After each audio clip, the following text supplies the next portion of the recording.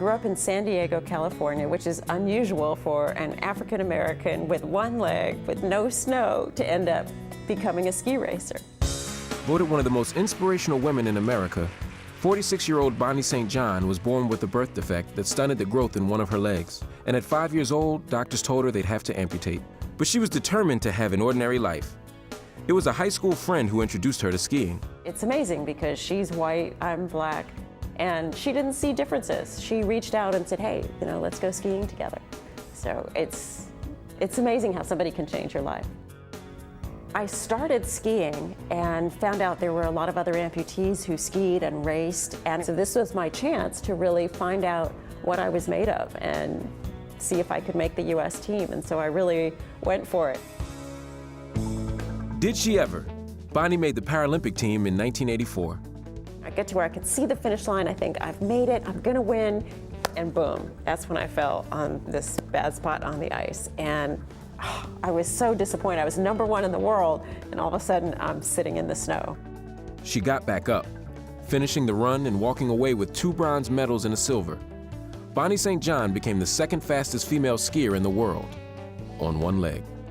I realized the woman who won first place, she had also fallen and gotten up. And that's when I realized she didn't beat me by skiing faster, she beat me by getting up faster. So people fall down, winners get up. Sometimes the gold medal winner is just the person who gets up the fastest. Bonnie hasn't missed a beat since. She went on to graduate from Harvard and Oxford universities.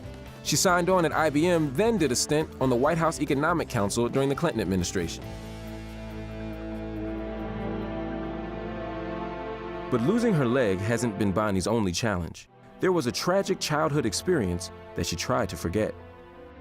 Actually, I was sexually abused from the age of 2 to the age of 7 by my stepfather in my own home. And it was very difficult to deal with emotionally. That's probably one of the hardest things I ever had to deal with. I just blocked out the memories for years. This single mom's life experiences have inspired several of her books, including How Strong Women Pray. I want to share a story with you about one of the hardest things I ever did. And you can see I've done a lot of hard things. Bonnie travels the world as a motivational speaker and makes a special effort to inspire kids like these from Reach Prep, a program that identifies and grooms Black and Latino scholars. Bonnie St. John, I believe, represents for us determination, a woman who has obviously overcome enormous odds to be where she is, to accomplish what she has. And so we like to have people like Bonnie come and just kind of validate these students, but also show them what commitment long-term will help them accomplish. What are some of the things you want to do when you grow up? I want to be a food critic, a chef, and a restaurant owner.